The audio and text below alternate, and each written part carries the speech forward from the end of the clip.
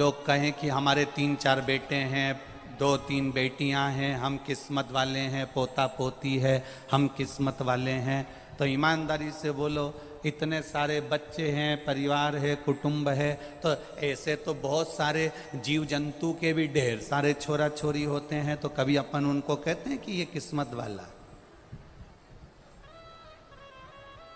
लंकाधिपति रावण को किसी ने किस्मत वाला कहा? नहीं कहा।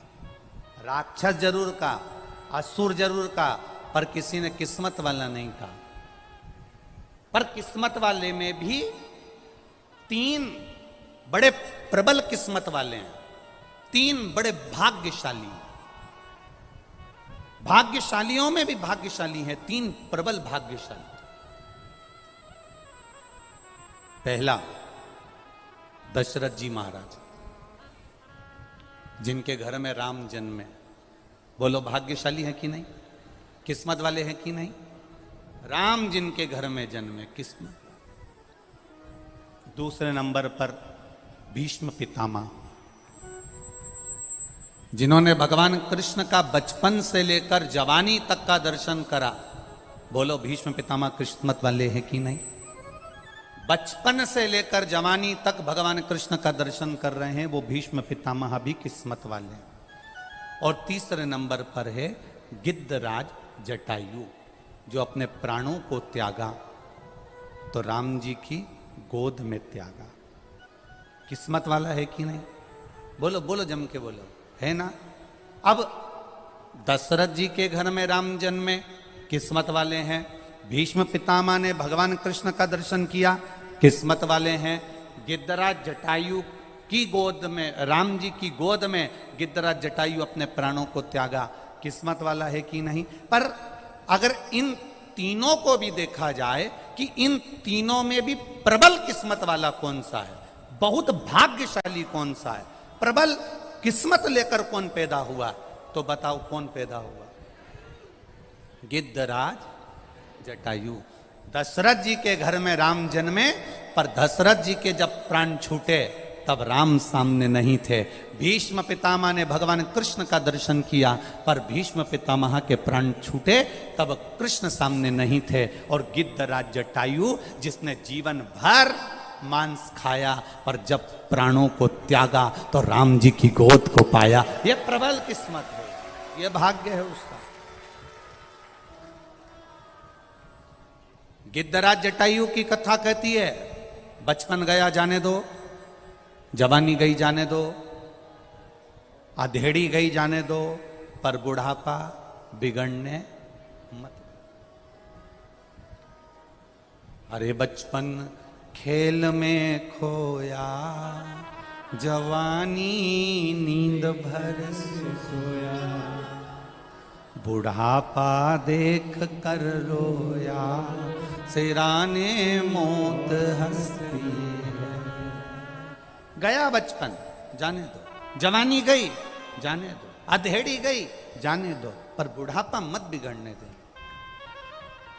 दशरथ जी के घर में राम जन्मे, पर दशरथ जी से ज्यादा किस्मत वाले भीष्म पितामह ने भगवान कृष्ण का दर्शन किया, पर उनसे भी ज्यादा किस्मत वाले गिद्धराज जटायु हैं, जिन्होंने राम जी की गोद में अपने प्राणों को त्याग दिया। किस्मत इसी को कहते हैं, जब अंत समय आवे तो मेरा राम, मेरा शंकर, मेरा कृष्ण तुम्हारे सामने खड़ा हो। बस यही जीवन का एक सुख।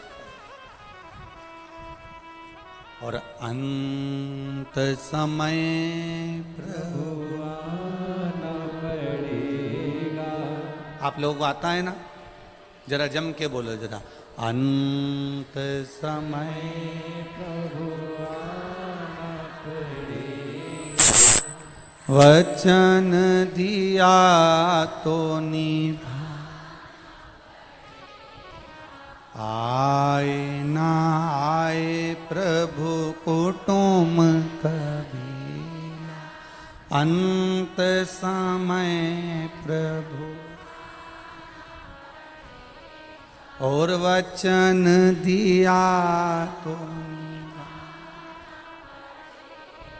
हाँ, अंत समय प्रभु, ये अंत समय की घड़ी है। अंत समय परमात्मा का दीदार हो जाए, अंत समय परमात्मा की भक्ति हो जाए। अभी क्या चल रहा है? सावन।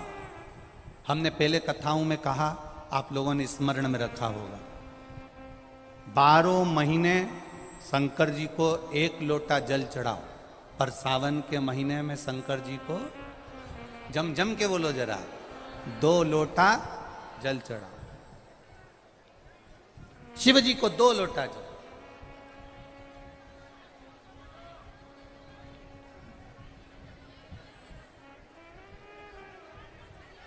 बारह महीने 1 लोटा जल चढ़ाइए, संपूर्ण 12 महीना 1 लोटा जल चढ़ाओ।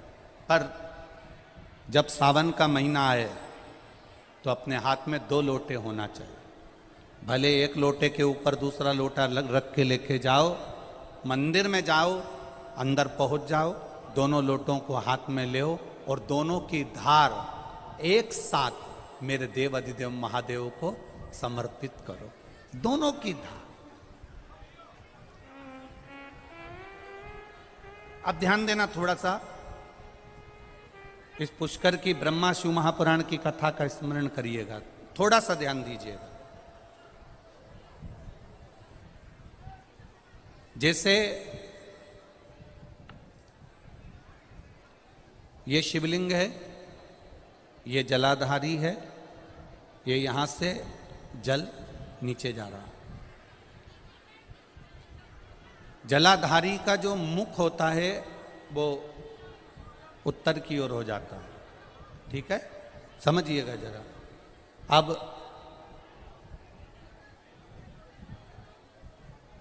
अगर मान लो लड़का 35 साल का हो गया, 36 साल का हो गया, बेटी की शादी नहीं हो रही, 35 साल हो गए, 36 साल हो गए, 40 साल हो गए, देवर देव की शादी नहीं हो रही है, किसी की शादी नहीं हो रही है, तो उसको समझना है सावन के महीने में आप जो 2 लोटा जल लेकर जा रहे हो, उस जल को जहां जलाधारी से पानी बाहर बह रहा है, जहां जलाधारी से, जैसे ये शिवलिंग है, ये गोल जलाधारी, यहां से पानी बह रहा है, तो जल चढ़ाते समय जब आप जल को समर्पित करेंगे दोनों लोटे से, तो धार यहां से लगाते हुए धार को आपको इस शिवलिंग पर पूर्ण समर्पित करना है।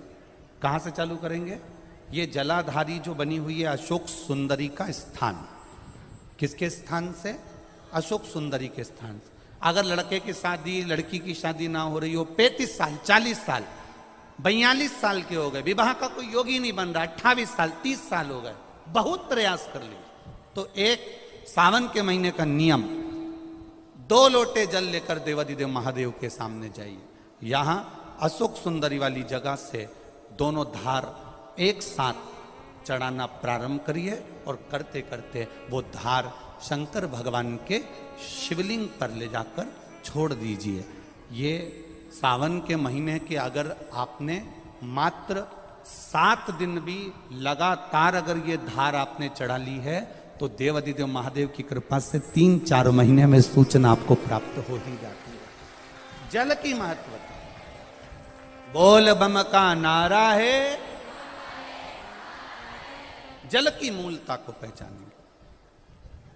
अब दूसरा क्रम स्मरण करिएगा। मान लो तुम्हें लग रहा है कि मुझे डॉक्टर को दिखाने जाना है और कोई बड़ा रोग ना बता दे, कोई बड़ी बीमारी ना, एक आया पत्र देखिए। अब आज ज्यादा भीड़ होने के कारण बस मंच पे तो हम पत्र ज्यादा नहीं पढ़े हैं, पर जो पढ़े हैं,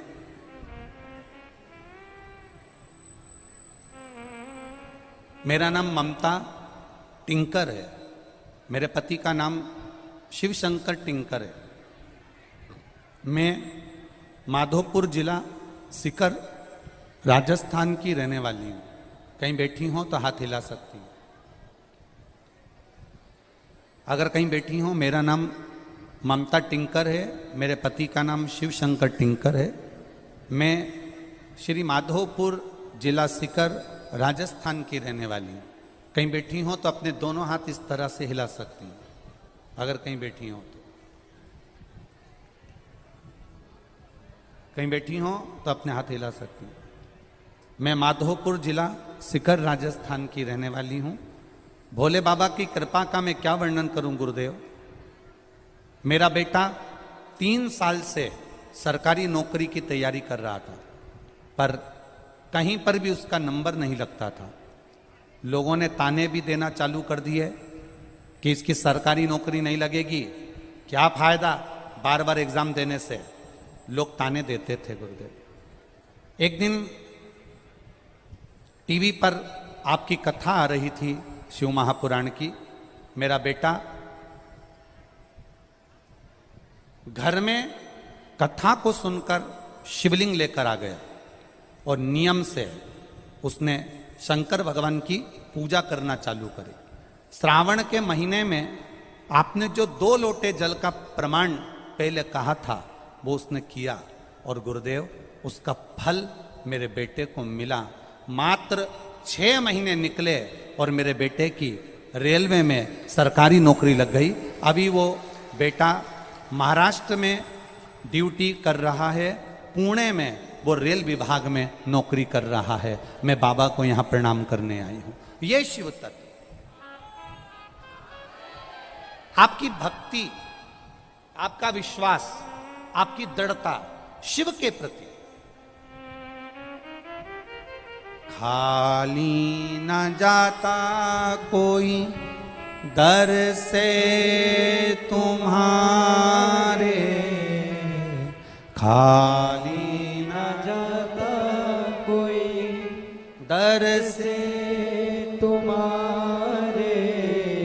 मैं भी खड़ा हूँ नंदी बाहें पसारे, अपने हृदय से लगा लो, लगा लो, गिरा जा रहा हूँ, उठा लो, उठा लो।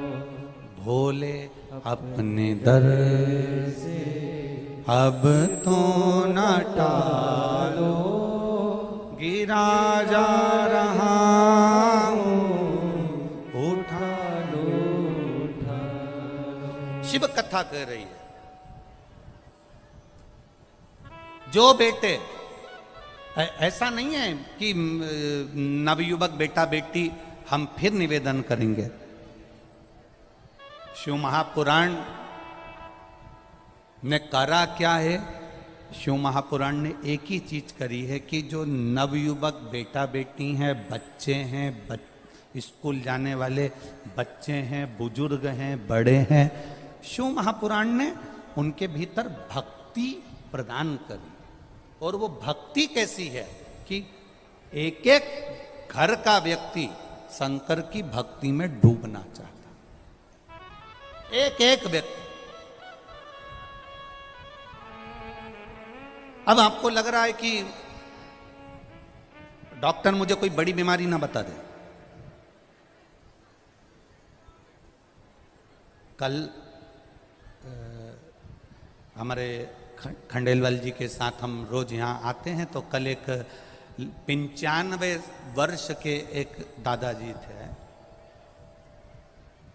जहाँ हम रुके हैं होटल में, तो वहाँ 95 वर्ष के दादाजी नीचे बैठे हुए थे।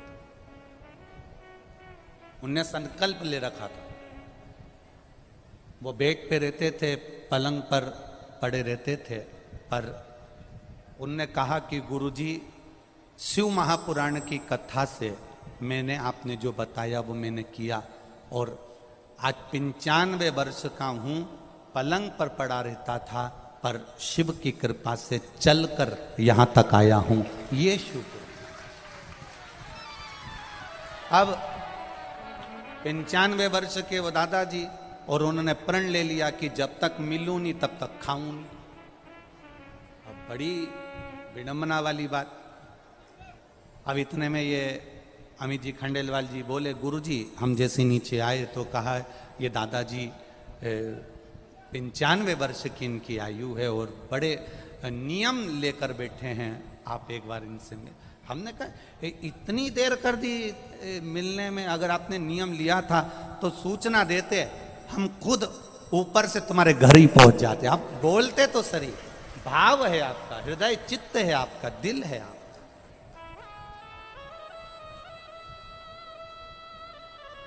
अब कहां 95 वर्ष की आयु,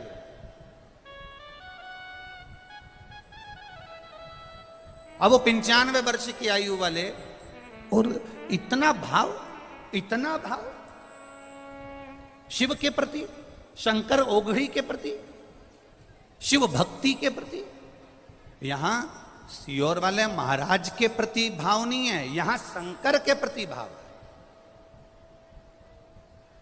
ये आप जो कथा सुनने आए हो, ये सियोर वाले महाराज के लिए नहीं आए हो, आप शंकर की कथा को सुनने के लिए आए, आप अपने दिल में शिव को बिठाने के लिए आए हो। शंकर, देखो कभी कभी ऐसा होता है कि घर का जो व्यक्ति होता है ना, उसके मन में भी घर के व्यक्ति के प्रति भावपूर्ण नहीं हो पाता। पत्नी करवा चौथ पे भले चांद देख ले और चलनी में पति का मुंह देख ले, पर रोज लड़ते लड़ते तो मुंह से कह ही देती है तुम्हारा मुंडा नहीं देखूं जाऊं मैं तो, लड़ते लड़ते कह देती है। भले वो करवा चौथ के दिन चलनी में मुंह देख रही और लड़ते लड़ते उसके शब्द निकल हो जा। कभी कभी घर का व्यक्ति भी, कभी कभी घर का व्यक्ति भी पूर्ण संकल्पित नहीं हो पाता। एक चरित्र आता है, एक बार कैलाश धाम पर सभा लगी थी। भगवान ब्रह्मा, इंद्र, वायुदेव, जलदेव, गरुण देव, वरुण देव और 33 कोटि देवी देवता कैलाश पर बैठे थे।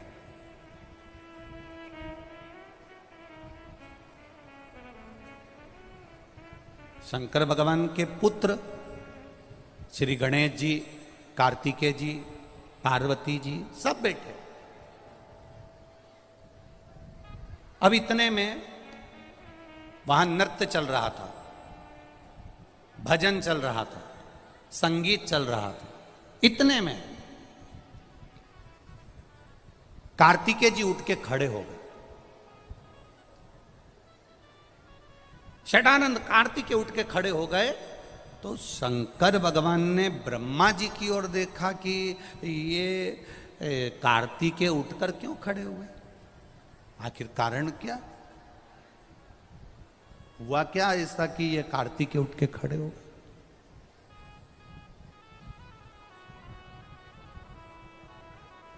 षडानंद कार्तिकेय उठ के खड़े हो गए। शंकर भगवान ब्रह्मा जी को देख रहे हैं,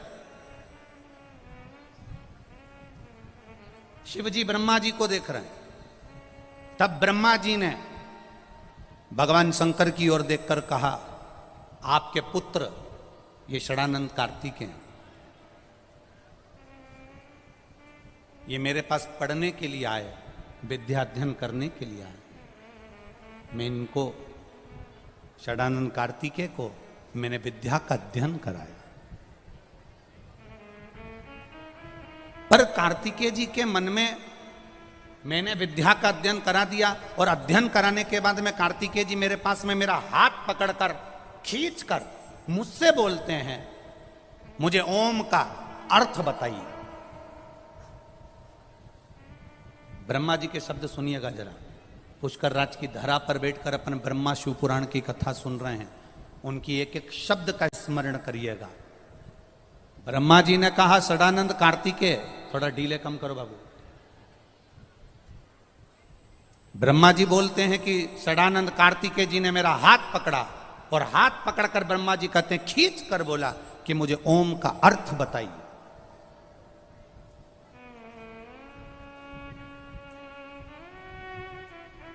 मुझे ओम का अर्थ सुनना है, मुझे ओम का अर्थ बताइए। अब जब ब्रह्मा जी ने भगवान शंकर से कहा, भरी सभा लगी है, भरी सभा, 33 कोटि देवता बैठे हैं, और ब्रह्मा जी कह रहे हैं कि ये कार्तिकेय जो खड़ा है सभा के अंदर, आपका पुत्र कार्तिकेय जो खड़ा है, इसने मेरा हाथ पकड़कर कहा कि मुझे ओम का अर्थ बताइए। तब मैंने कार्तिकेय से कहा, सुनो कार्तिकेय, अभी तुम कुछ पढ़ लिख लो, फिर मैं ओम का अर्थ बताऊंगा। इसके बाद मैं ओम का अर्थ बताऊंगा। सदानंद कार्तिकेय जब नहीं माने तो 12 सहस्त्र व्याकरण के बराबर मैंने ओम का अर्थ कार्तिकेय जी को समझाया। 12 सहस्त्र व्याकरण के बराबर मैंने कार्तिकेय जी को ओम का अर्थ समझाया। और 12 सहस्त्र व्याकरण के एक एक काव्य से मैंने सदानंद कार्तिकेय जी को समझा दिया। उसके बाद भी सदानंद कार्तिकेय जी के मन को यह ना भाया और सदानंद कार्तिकेय जी ने फिर मेरा हाथ पकड़ा और हाथ पकड़कर कहा, ये ओम का अर्थ है।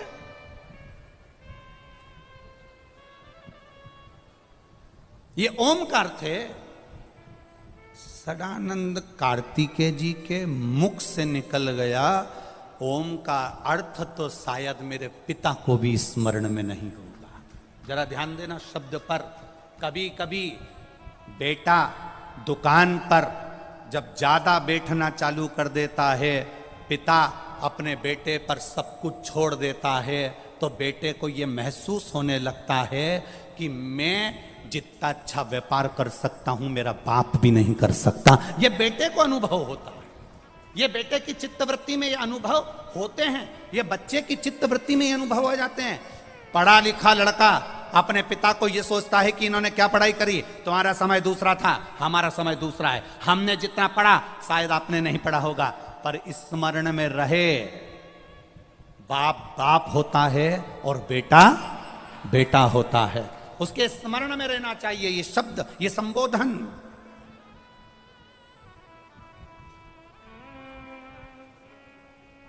ब्रह्मा जी के 4 मुख,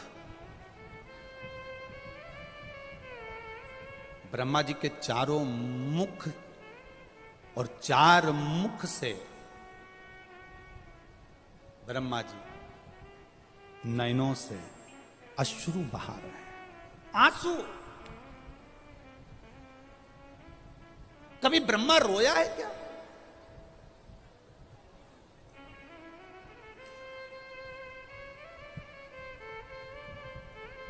ब्रह्मा जी का सिर कट गया तो ब्रह्मा नहीं रोए। ब्रह्मा जी को श्राप लग गया सावित्री माता का, तब भी ब्रह्मा नहीं रोए।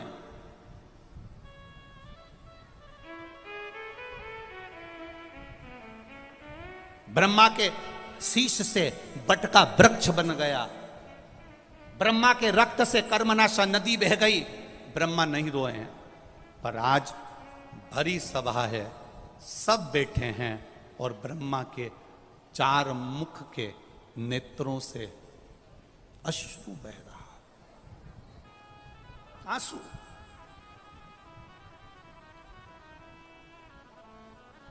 क्योंकि वो जगत का पिता है, सृष्टि का रचना करता है। एक पिता की दशा एक पिता जानता है। बेटा तो कह दिया कि ओम का अर्थ शायद मेरे पिता भी स्मरण नहीं कर पाते होंगे। एक लड़का अगर मैं बेटों से निवेदन करूंगा, पिता वो दौलत है जो चले जाता है ना तो समझ लेना कि तुम्हारी तिजोरी का खजाना लुट गया। पिता वो दौलत है, पिता वो जायदाद है। अपने पिता को कभी यह मत बताने की कोशिश करना कि तुमसे ज्यादा विद्वान मैं हूं। अपने पिता को कभी यह बताने की कोशिश मत करना कि तुमसे अच्छी दुकान में चला लेता हूं। अपने पिता को कभी यह बताने का प्रयास मत करना कि तुमसे अच्छी नौकरी में कर रहा हूं। अपने पिता को यह कभी बताने का प्रयास मत करना कि तुम जितना नहीं कमाए उससे दुगना मैंने कमाकर गाड़ी खरीदी, बंगला खरीदा, ये बनाया, जेवर बनाया, ये करा, वो करा। अपने पिता को कभी ये मत बताना कि मैं जितना कर सकता हूं उतना तुमने नहीं करा, क्योंकि पिता की बराबरी तुम कभी नहीं कर सकते। क्योंकि पिता पिता होता है, उसने अपना पूरा जीवन जो कमाया वो तेरी विद्या में लगाया, जो कमाया तेरी पढ़ाई में लगाया, जो कमाया तुझे अव्वल बनाने में लगा दिया। खुद दुकान पर भूखा रह रह कर शुगर की बीमारी कर ली। टिफिन आता था, नहीं खाता था। थोड़े 2 ग्राहक और देख लेता हूं, 2 ग्राहक और देख लेता हूं, थोड़ी देर से खाना खाऊंगा, थोड़ी देर से भोजन करूंगा, थोड़ी देर से रोटी खाऊंगा। 2 ग्राहक के चक्कर में मेरे बेटे की फीस जमा करना है। बाहर पढ़ने गया है, मुंबई पढ़ने गया है, पूना पढ़ने गया है, जयपुर पढ़ने गया है, कोटा पढ़ने गया है, जोधपुर गया है, मेरे बेटे की फीस जमा करना है। वो 2 ग्राहक ज्यादा के चक्कर में भूखा रहता रहता रहता रहता बीपी और शुगर की बीमारी कर ली। उस पिता की होड़ मत करना जिसने अपने शरीर का एक एक रक्त केवल तेरी जिंदगी बनाने में लगा दिया। उस पिता के ऊपर तो तुझे गौरव उत्पन्न होना चाहिए।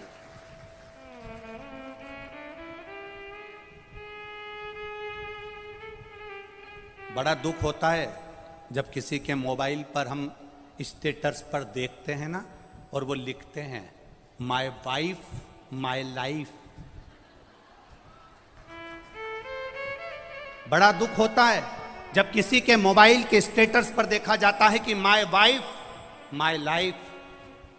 तुम्हारे लाइफ बनाने में तुम्हारी वाइफ ने क्या क्या करा, एक बार पत्र में लिख के तो भेज भेरू। मैं तो इंतजार में बैठा हूं।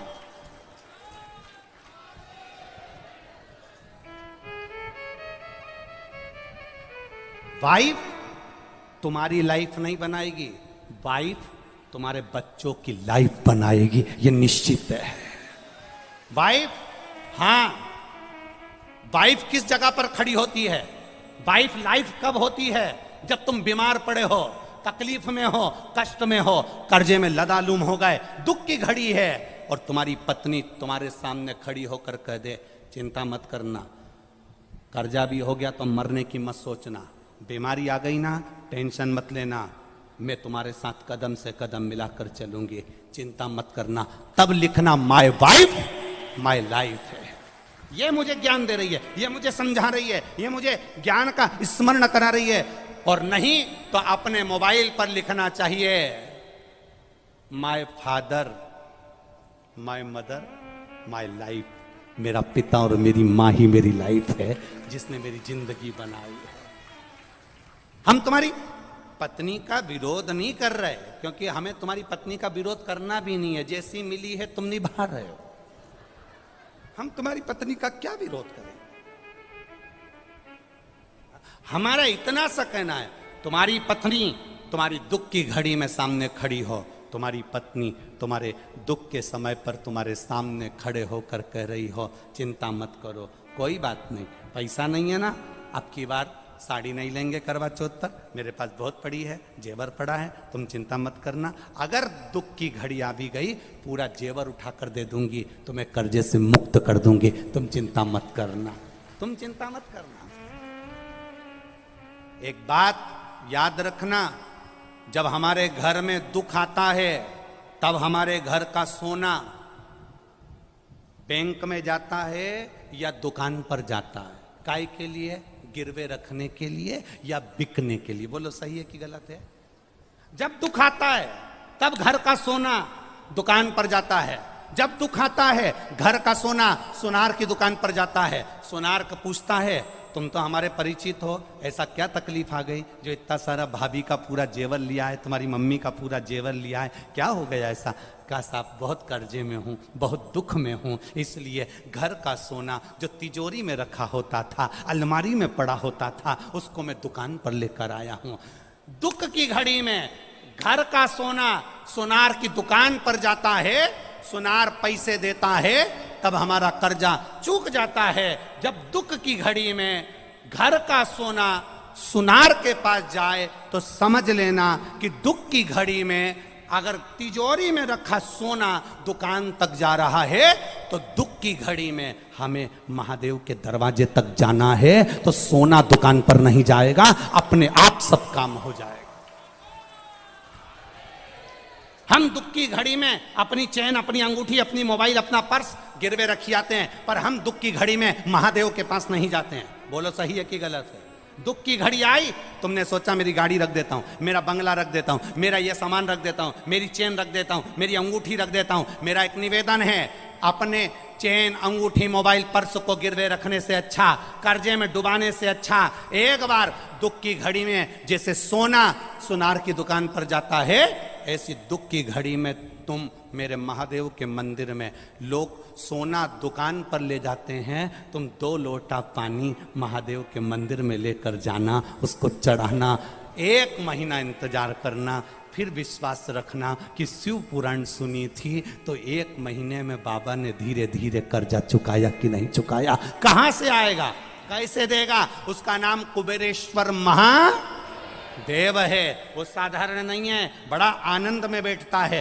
अलमस्त होकर बैठता है, अपने पास कुछ नहीं रखता पर दुनिया को देने की सामर्थ्यता रखता है। वो अपने पास कुछ नहीं रखेगा पर दुनिया को देने की सामर्थ्यता रखता है। केवल एक दृष्टि देता है और दुनिया का भंडार भर देता है। वो हुआ, ब्रह्मा जी की आंख से आंसू बह रहे हैं, ब्रह्मा जी का सिर कटा, नहीं रोए। ब्रह्मा जी को सावित्री माता ने श्राप दिया, नहीं रोए। ब्रह्मा जी को अपशब्द कहे गए, नहीं रोए। पर आज ब्रह्मा इसलिए रो रहे हैं क्योंकि जगत के पिता के सामने, देवाधिदेव महादेव के सामने ये प्रसंग सम्मुख में आकर खड़ा हो गया कि कार्तिकेय जी ने कहा ओम का अर्थ तो पिता भी नहीं जानते होंगे। तब शिव जी मुस्कुरा दिए, शंकर भगवान मुस्कुरा के ब्रह्मा जी के ऊपर अपनी दृष्टि से एक टकटकी लगाकर देखा। ब्रह्मा जी ने उसी क्षण कार्तिकेय का हाथ पकड़ा और हाथ पकड़कर षडानंद कार्तिकेय को 12 लाख व्याकरण के काव्य से कार्तिकेय को ज्ञान देना प्रारंभ कर दिया। षडानंद कार्तिकेय ने ब्रह्मा जी के चरण पकड़ लिए। मैंने मेरे पिता के लिए शब्द कह दिया, मेरे जैसा कौन होगा? कौन?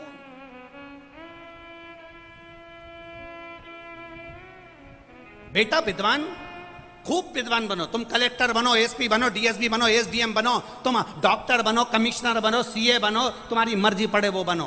तुम जो बनना चाहते हो सब बनो। मेरा महादेव तुम्हें तुम्हारी ऊंचाई तक लेकर जाए, पर तुम्हारी ऊंचाई के चक्कर में तुम अपने माता पिता का अपमान मत कर देना, तुम अपने रिश्तेदारों का अपमान मत कर देना, तुम किसी को छोटा मत समझ लेना, तुम किसी को एक साधारण सा मत समझ लेना, तुम उसका आदर करना मत भूल जाना। क्योंकि पिता पिता होता है, उसकी जागीर दिल से होती है, दिल से।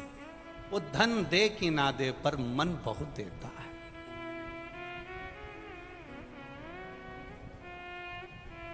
मन बहुत देता है। बेटी बेटा जब तक पिता है, जब तक माँ है, तब तक लोग कहते हैं मायका। मायका का मतलब क्या होता है? माय जहाँ निवास करे, पिता जहाँ निवास करे, उसको क्या कहते हैं? जम जम के बोलो जरा। मायका, वो मायका जहाँ माता पिता रहे, निवास कर। जितनी माताएं बैठी है ना, जितनी माताएं बैठी है, जितनी बेटियां बैठी हैं ना, जितनी बहुएं बैठी हैं, जितनी भले 70 साल उम्र हो गई, 60 साल हो गई, चाहे 50 साल हो गई, पर तुम सब जितनी बैठे हो और जितने आस्था चैनल पर सुन रहे हो, जितने फेसबुक यूट्यूब पर सुन रहे हो ना, तुम सबको अपने पिता का अहंकार जरूर होता है, ये निश्चित है। और पिता का अहंकार हर एक व्यक्ति को होना चाहिए। तुरंत कह देना चाहिए टेंशन मत लो, मेरे पिता जब तक हैं मुझे चिंता नहीं है। मेरा बाबुल है ना, वो संभाल लेता है। मेरा पिता है ना, वो संभाल लेता है। पिता जागीर है, पिता जागीर।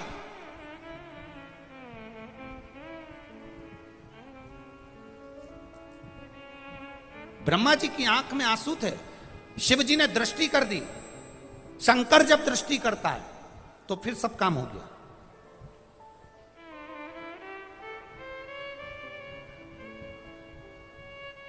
अब मेरे महादेव ने षडानंद कार्तिकेय से प्रश्न किया।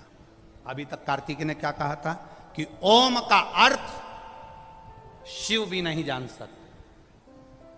जब ब्रह्मा जी के सामने 12 लाख व्याकरण काव्य के अर्थ से ओम का अर्थ समझा दिया ब्रह्मा जी ने, अब भगवान शिव ने षडानंद कार्तिकेय से कहा कि ओम के, अब तुमने सब समझ लिया ना, तो अब बताओ ओम के कितने अर्थ हैं? ओम के कितने अर्थ हैं? षडानंद कार्तिकेय के चरणों में पड़ गए, पिताजी मुझे ओम के अर्थ नहीं मालूम। ओम के कितने अर्थ हैं मुझे नहीं मालूम। शंकर भगवान ने कहा, कार्तिकेय कौटि कौटि जन्म व्यक्ति ले ले, हजारों हजारों जन्म व्यक्ति ले ले, सतयुग, त्रेता, द्वापर, कलयुग, फिर सतयुग, फिर त्रेता, फिर द्वापर, फिर कलयुग, फिर सतयुग, ऐसे ना जाने कितने युग निकल जाते हैं, तो भी दुनिया के लोग ना ओम को जान पाते हैं, ना शिव को पहचान पाते हैं। वो शिव है कौन? पत्रकार बंधु जब हमारे पास में आते हैं तो प्रश्न करते हैं, आप शिव को कितना जानते हो? पत्रकार बंधु जब हमारे पास में आते हैं, कई बार पत्रकार वार्ताओं में यह प्रश्न छिड़ता है, आप शंकर को कितना जानते हो, आप शिव को कितना जानते हो?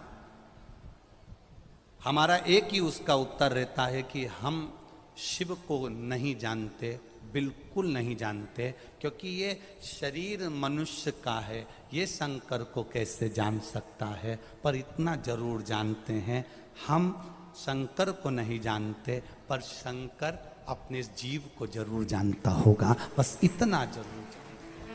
आप शिव के मंदिर जाइए, आप शंकर के मंदिर जाइए, आप राम के मंदिर जाइए, आप कृष्ण के मंदिर जाइए, आप देवालय जाइए, आप शिवालय जाइए, रोज रोज मंदिर में जाओगे, वहां पर आने जाने वालों की दृष्टि में तुम आ जाओगे और लोग पूछ लेंगे, क्यों कमलाबाई नहीं दिख रही? 2-3 दिन हो गया, रोज मंदिर आती थी, आज तो दिखी नहीं।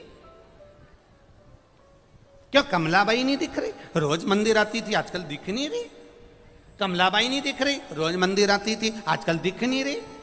जितनी याद मंदिर आने वालों को कमलाबाई की आती है, उतनी याद मेरे महादेव को भी तेरी आती है कि आया क्यों नहीं, शिव गुण गाया क्यों नहीं, शंकर का स्मरण क्यों नहीं करा, भजन क्यों नहीं करा, कीर्तन क्यों नहीं करा, मंत्र स्मरण क्यों नहीं करा, ये जाप में डूबा क्यों नहीं है?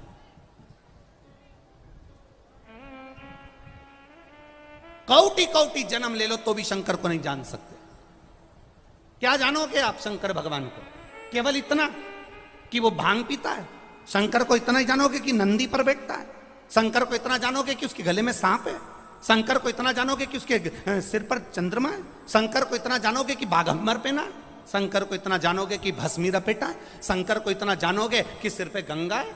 शंकर को इतना जानोगे कि 3 नेत्र हैं। शंकर को इतना जानोगे कि बस त्रिशूल है। शंकर को इतना जानोगे कि उसके हाथ में डमरू है।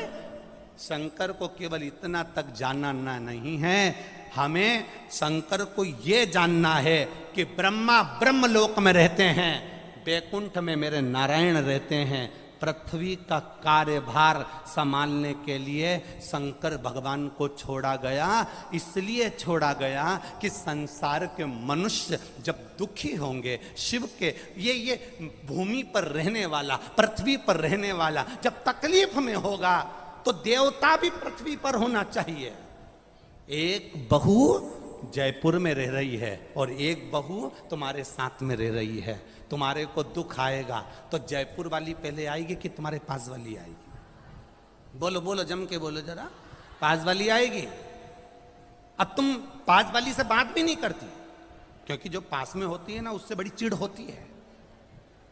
दूर के ढोल सुहावने लगते हैं। जब वो जयपुर वाली आती है, दिवाली पे बस सिर पे पल्लू डाल के मम्मी जी मम्मी जी मम्मी जी मम्मी जी करके 2-4 अंगूठी और सामान लेके बुझ जाए, अगली दिवाली आए, अगली दिवाली। और जब भी मिलेगी बस मीठी छुरी, मम्मी जी मम्मी जी मम्मी जी। और मम्मी जी एक बार जरा जयपुर जाके तो देख ले, जितना समय तू अपनी ये साथ रहने वाली बहू के साथ रह रही है, इतनी वो बाहर रहने वाली बहू के साथ केवल 2 महीना रह के बता दे, घाट घाट का यही पुष्कर के 52 घाट का पानी पिला देगी।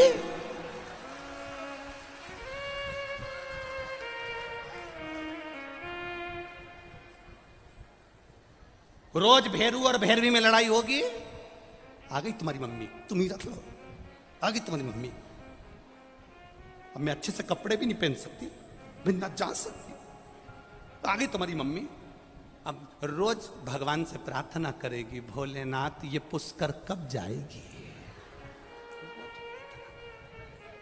जो साथ में रह रही है वो थोड़े ही अपशब्द बोल सकती है, जो साथ में रह रही है वो ताना दे सकती है, जो साथ में रह रही है वो थोड़ा अपशब्द बोल देगी, जो साथ में रह रही है वो झगड़ा कर लेगी, जो साथ में रह रही है वो तुमसे आड़ा टेढ़ा बोल सकती है, क्योंकि साथ रह रही है।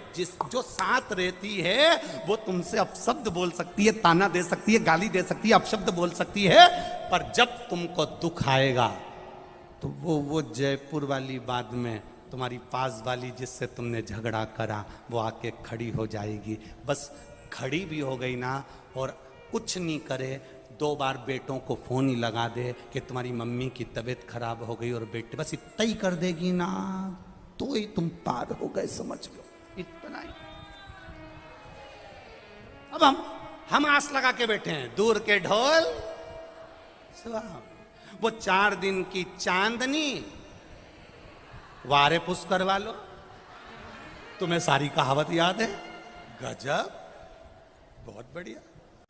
4 दिन की चांदनी, फिर वापिस अब वो आई और चली गई। उतने दिन में वो अब मम्मी को लगा उसके बराबर मेरी कोई बहू नहीं, इतनी बढ़िया है, इतनी बढ़िया है, इतनी बढ़िया है, इतती बढ़िया है। उसका दिन भर गुणगान करे, और जो साथ में रहे तेरी चाय बनाए, रोटी बनाए, तेरा काम करे, ने झाड़ू लगाए, ने पोछा लगाए हैं, और आए गए के चाय पिला रही, रोज काम कर रही, उसका कहीं नहीं, बस वो मेरी बहुत बढ़िया, बहुत बढ़िया। ये भी झाड़ू लगाती लगाती बोली रुक जा डोकरी, तो रुक जा।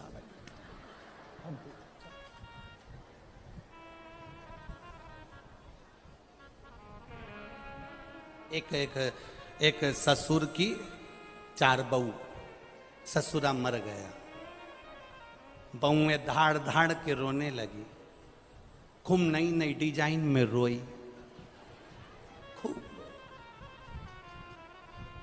जब कोई मरता है ना तो बहुएं बहुत अच्छी अच्छी डिजाइन में रोती हैं, इतना इतना पल्लू डाल के, आंख में आंसू भर के, अम्मा हमें छोड़ के चली गई, मेरे को भी ले जाती, मेरे को भी ले जाती। इतने में पति बाजू में कोनी मार के बोला अम्मा क्या गाड़ी लेके गई, चुप, मेरे को भी ले जाती, मेरे को भी ले जाती, चुप। फिर इसने डिजाइन चेंज करी, अरे जो रोड पड़, अब जो रोई तो क्या।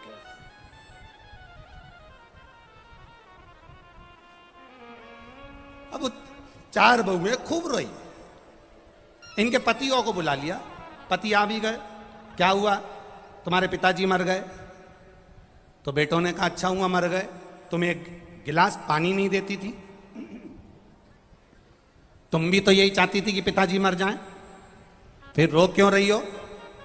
बहुएं कहने लगे तुम्हारे पिताजी मर गए उसका दुख नहीं है, पर दुख इतना सा है तिजोरी की चाबी ना जाने कहां धर गए, इसलिए हम रो रहे हैं। अब एक काम करो, तुम्हारे पिताजी को जगा कर पूछो चाबी कहां रखी है। इतने में बेटों ने कहा मरे हुए 2 घंटा हो गए और तुम कह रही हो चाबी पूछो। मरे हुए 2 घंटे हो गए और तुम कह रही चाबी पूछो, कैसे पूछो, हम नहीं जानते। चारों बहुओं ने अपने अपने पतियों से कह दिया चाबी का पता लगाओ कैसे भी। बेटों ने डॉक्टर साहब को बुलाया, कोई ऐसी दवाई या इंजेक्शन हो जो मेरे पिताजी जाग जाएं और हम चाबी पूछ लें और वापिस मर जाएं, ऐसा कोई प्लान है क्या। डॉक्टर ने कहा एक इंजेक्शन लगता है 80,000 रुपये का, इंजेक्शन लगेगा, पिताजी उठ के बैठेंगे, तुम उनसे चाबी पूछ लेना, थोड़ी देर बाद मर जाएंगे। हो बहुओं से कहा अपनी अपनी पत्नी से 80,000 का है, कोई बात नहीं लगवा लो, चाबी तो मिल जाएगी ना, एक बार लगवा। पैसा कहाँ से आएगा, बहुओं ने कहा अपनी अपनी रकम बेची आए। 20-20 हजार में रकम बेच के आ गई। 80,000 रुपये दे दिए डॉक्टर ने, इंजेक्शन तैयार करा कि खड़ी हो जाओ सब, जैसे ही ससुर जागे वैसे ही पूछ लेना चाबी कहाँ रखी है, वापिस मर जाएगा हो। और इन्होंने जो इंजेक्शन लगाया, ससुर उठ के बैठा, बहुएं पूछती, उससे पहले ससुर ने पूछ लिया, क्यों री ये बछड़े के पानी पिलाया कि नहीं पिलाया, और मर गया। 80,000 रुपये फालतू चले गया। बहुएं आंख में आंसू भर के चिल्ला के रोई, डॉक्टर साहब वंस मोर, एक बार और इंजेक्शन लगा, एक बार। डॉक्टर ने कहा 80,000 वापिस। अभी बछड़े को पानी पिलाया, अब गाय को पिला के मरेगा, रुक जाओ। अरे अंत समय प्रभु आना पड़ेगा, और वचन दिया तो निभाना पड़ेगा, और आए ना आए प्रभु कुटुंब कबीला, अंत समय आना पड़ेगा, ओ वचन दिया तो निभाना पड़ेगा। कोई आएगा बाद में। ब्रह्मा ब्रह्मलोक में, बैकुंठ में भगवान विष्णु, इंद्र इंद्र लोक में है, मेरा देव अधिदेव महादेव पृथ्वी पर है। तुम अगर दुख आया, दौड़कर शिव के मंदिर चली गई, पुकार लिया, शंकर जी आ गए। तो अशोक सुंदरी वाली जगह से जल चढ़ाया जाए सावन में, वो विवाह के लिए है। लग रहा है कोई बीमारी अपने शरीर में आने वाली है, डॉक्टर को दिखाने जाऊंगी, कोई तकलीफ बड़ी आने वाली है, कोई बड़ा रोग इस शरीर में ना आए, तो श्रावण के महीने में 3 जगह पर बेलपत्र, एक अशोक सुंदरी वाली जगह पर जिसकी डंडी का मुख जहाँ से पानी बहता है वहाँ रहे, बहुत ध्यान से सुनना। दूसरी बेलपत्र माता पार्वती जी का हस्त कमल जो जलाधारी है वहाँ, उसका डंडी का मुख अपनी ओर हो। तीसरी बेलपत्र शिवलिंग के ऊपर जिसका डंडी का मुख तुम जहां बैठे हो उससे ठीक विपरीत हो। अगर आप यहां बैठे हो तो डंडी का मुख उधर हो, आप यहां बैठे हो तो डंडी का मुख उधर हो, अपने विपरीत में डंडी का मुख हो।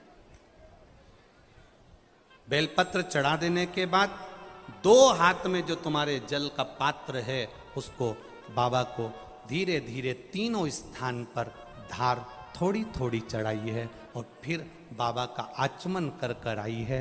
कोई जिंदगी में बड़ी बीमारी निकलेगी ही नहीं, बाबा स्वस्थ रखेगा। ये श्रेष्ठता।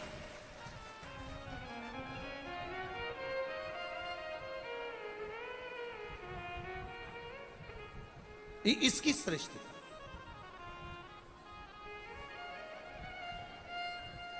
वो सहजता नहीं है शिव।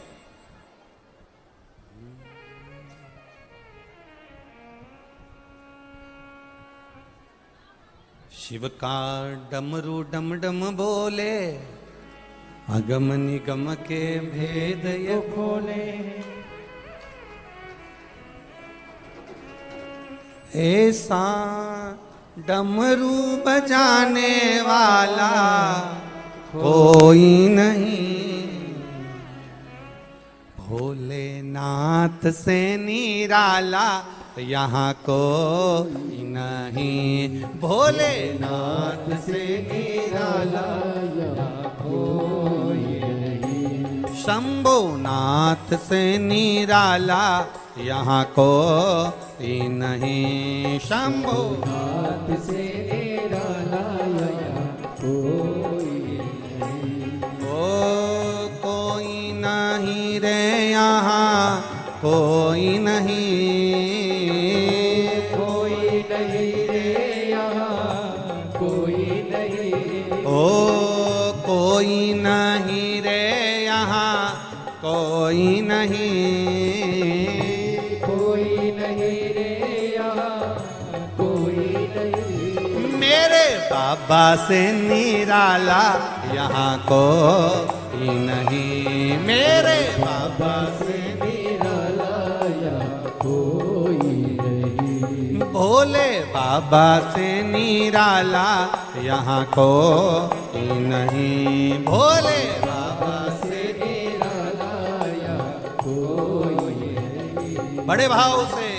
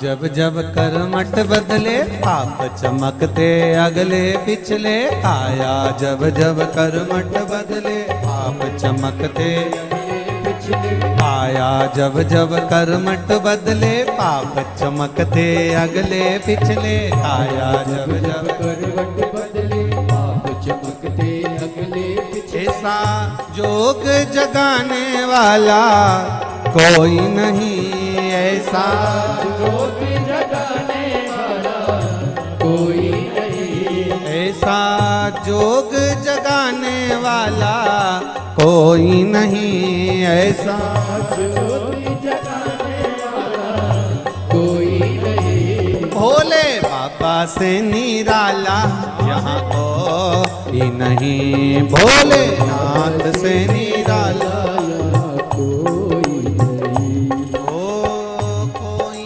नहीं रे यहाँ कोई नहीं, कोई नहीं रे यहाँ कोई नहीं। ओ कोई नहीं रे यहाँ कोई नहीं, कोई नहीं रे यहाँ कोई नहीं। भोले बाबा से निराला यहाँ कोई नहीं। भोले बाबा से निराला कोई नहीं। मेरे बाबा से निराला यहाँ कोई नहीं। मेरे बाबा से निराला कोई नहीं।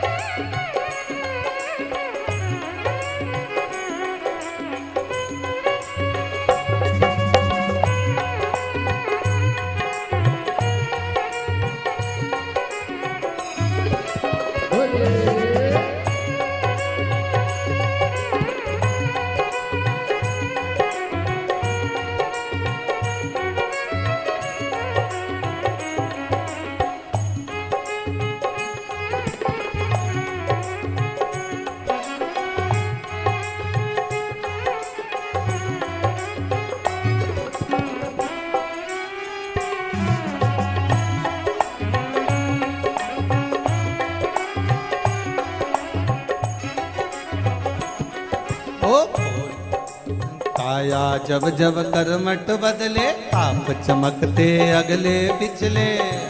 जब जब करवट बदले आप चमकते अगले पिछले। काया जब जब करमट बदले आप चमकते अगले पिछले। जब जब करवट बदले आप चमकते अगले पिछले। ऐसा जोग जगाने वाला कोई नहीं। ऐसा जगाने वाला कोई नहीं। भोलेनाथ से निराला यहाँ कोई नहीं। भोले शंभो बाबा से निराला यहाँ कोई नहीं। शंभो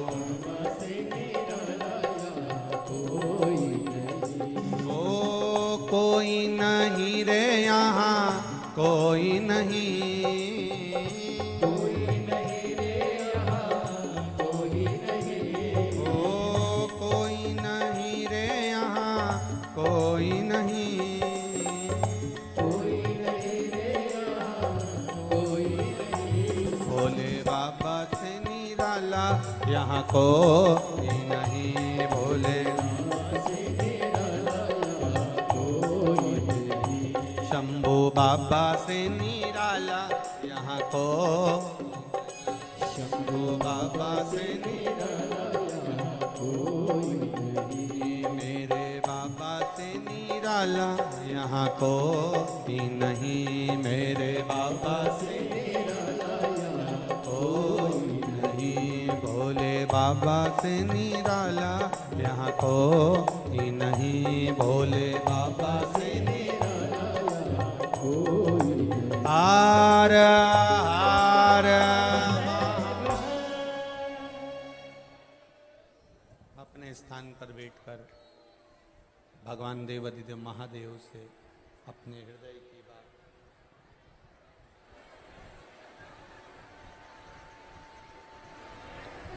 बड़े भाव से देवाधिदेव महादेव से अपने दिल की बात कहिए, हृदय से, शिव जी से। सावन का महीना है,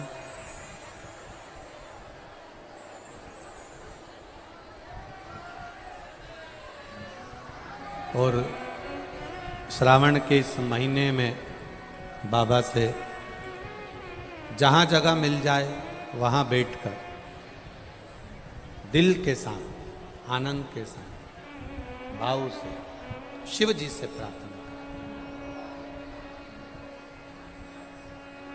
श्री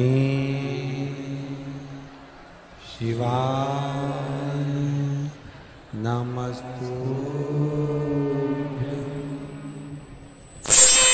श्री शिवाय नमस्तुभ्यं। श्री शिवाय नमस्तुभ्यं। श्री शिवाय नमस्तुभ्यं। श्री शिवाय नमस्तुभ्यं।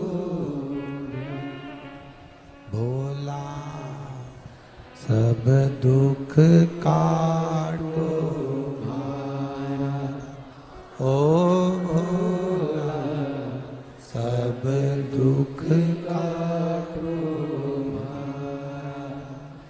शिव शंकर जपो तेरी माला, भोले बाबा जपो तेरी माला। भोला सब दुख काटो भारा, ओ भोला सब दुख काटो भारा। वेश मंगलकारी, वेश है मंगलकारी। शमशान वासी हमारा, शमशान वासी हमारा। ओ भोला सब दुख काटो भारा, ओ भोला सब दुख काटो भारा। भगवान शिव ने ब्रह्मा जी को दृष्टि दी। ब्रह्मा जी ने उस दृष्टि से कार्तिकेय को ज्ञान दिया। कार्तिकेय जी के भीतर का जो अहंकार था, अभिमान था, उसको स्वयं भगवान शिव ने समाप्त। कल कथा में अपन ने एक सुंदर संवाद श्रवण किया। माता पार्वती जी भगवान शिव को अपना पति बनाने के लिए प्रयास कर, जब शंकर भगवान को अपना पति बनाने का प्रयास करती हैं, शिव को अपना पति बनाने के लिए अथक प्रयास, भूखी रहना, कुछ ना खाना, बहुत नियम धारण कर कर पार्वती मैया शिव जी को अपना बनाने का प्रयास करती, अथक प्रयास। देखिए, देवऋषि नारद ने 3 सूत्र भगवान शंकर को प्राप्त करने के बताएं। जरा बहुत ध्यान से सुनना। देवऋषि नारद ने 3 सूत्र भगवान शंकर को प्राप्त करने के बताए। पहला, शिवालय तक जाइए, शंकर को रिझाने का प्रयास करिए।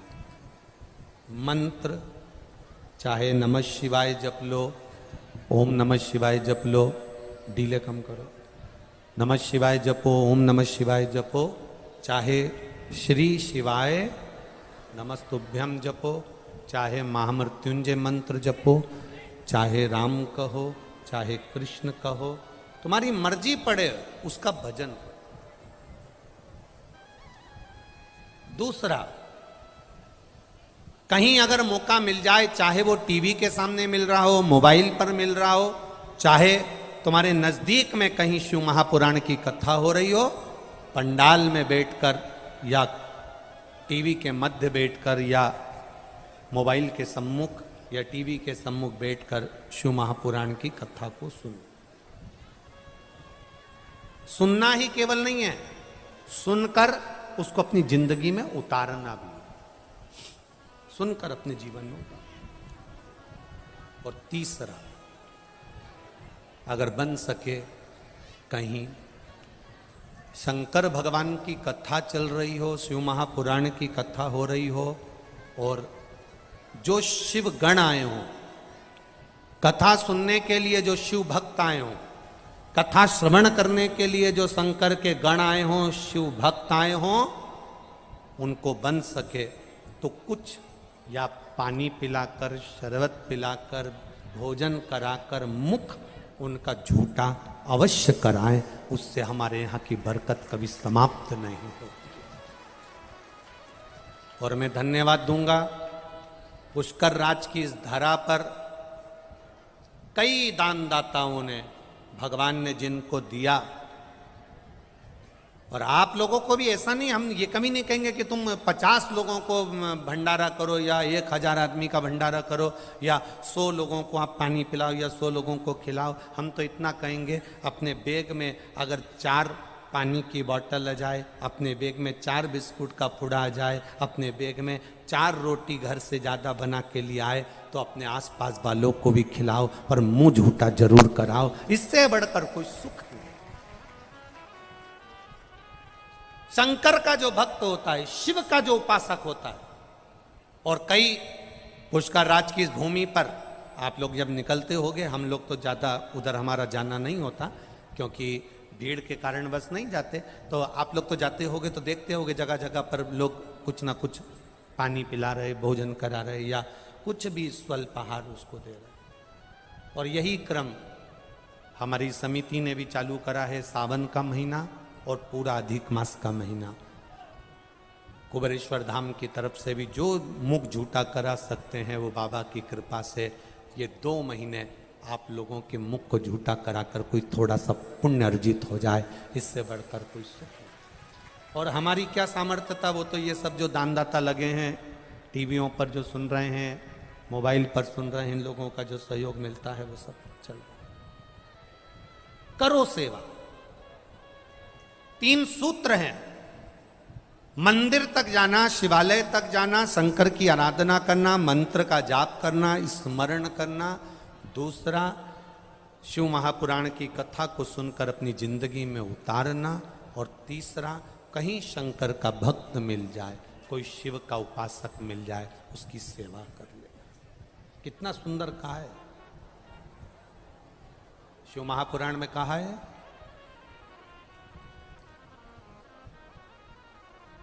हमने पहले भी कथा में कहा, अगर मान लो संतान का सुख नहीं है,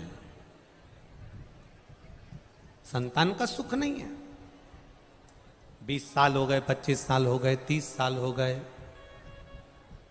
संतान का अगर सुख नहीं है तो शंकर का कोई भक्त मिल जाए, शिव का कोई उपासक मिल जाए, या कोई ब्राह्मण देव, वेद शास्त्र का ज्ञान रखने वाले, अपने जीवन को सार्थकता में, सात्विकता के में जीने वाले ऐसे ब्राह्मण को जोड़े से उनके बच्चों के साथ बेलपत्री के पेड़ के नीचे भोजन करा देना, खीर खिला देना और उस खीर के भाग को पति पत्नी दोनों अवश्य पाना। उससे संतान का सुख भी मेरे बाबा प्रदान कर देंगे।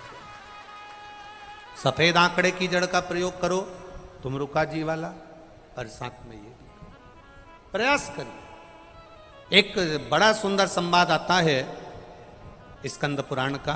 देवऋषि नारद निकल के जा रहे थे और एक बूढ़ी माँ ने, ज्यादा बूढ़ी नहीं कह सकते, एक माँ ने नारद जी के चरण पकड़ लिए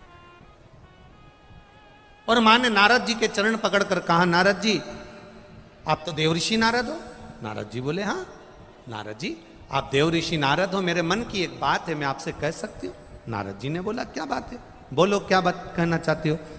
नारद जी बस मेरा एक निवेदन स्वीकार कर लीजिए, मेरे घर में संतान नहीं है नारद, मेरे घर में औलाद नहीं है नारद, मेरी उम्र निकलती जा रही है, तुम एक बार नारायण से जाकर कहो ना कि मेरे यहां संतान दे दे। मां ने नारद जी के चरण पकड़ लिए। नारद जी ने कहा, मैं पूछ के आऊंगा भगवान से कि आपके यहां संतान कब होगी। नारद जी श्रीमन नारायण करते करते करते करते बैकुंठ पहुंच गए। नारद जी जब बैकुंठ में गए, भगवान नारायण विश्राम कर रहे थे, लक्ष्मी जी चरण दबा रही थी। लक्ष्मी जी की दृष्टि नारद जी पे पड़ गई। जैसे ही लक्ष्मी माता की दृष्टि पड़ी, भगवान नारायण भी उठकर बैठे, देवऋषि नारद को देखकर आदर करा, सम्मान करा। बोलिए नारद जी कैसे आना हुआ। नारद जी बोलते हैं, आज तुम एक पृथ्वी पर मृत्यु लोक में एक माँ है, उसके घर में संतान नहीं है, बस उसके लिए आपके पास आया हूं। उस माँ ने कहा, मेरे यहां संतान कब होगी, आप भगवान से पूछ कर बताना। इतने में नारायण ने ध्यान लगाकर देखा कि कौन माँ ने प्रश्न किया, और नारायण ने कह दिया, इसके यहां संतान का सुख 7 जन्म तक नहीं है, इसके यहां औलाद नहीं हो सकती, इसके यहां संतान नहीं है, इसके यहां औलाद नहीं है।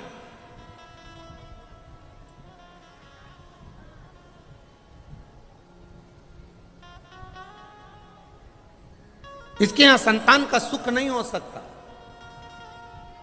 इसके यहां कभी औलाद नहीं हो सकती। देवऋषि नारद सुनकर पृथ्वी पर आ गए, और पृथ्वी पर आने के बाद देवऋषि नारद को वो मां फिर मिली, और मां ने नारद जी के चरण पकड़कर कहा, नारद जी आपने नारायण से पूछा कि मेरे यहां औलाद कब होगी, संतान कब होगी। नारद जी ने कहा, मां तेरे यहां 7 जन्म तक संतान का सुख नहीं, तेरे यहां औलाद नहीं हो सकती, तेरे यहां संतान का सुख नहीं है। मां धाड़ कर रोने लगी, आंख से आंसू बहने लगा, खूब रोई। अब उसका एक नियम बन गया, संतान हो नहीं रही है, दुखी है और रोती है, आंख से आंसू बह रहा है, रो रही। जब एकदम दुख आ जाता है ना तो व्यक्ति रोता है। एक पत्र आया है, इस पत्र में लिखा देखिए,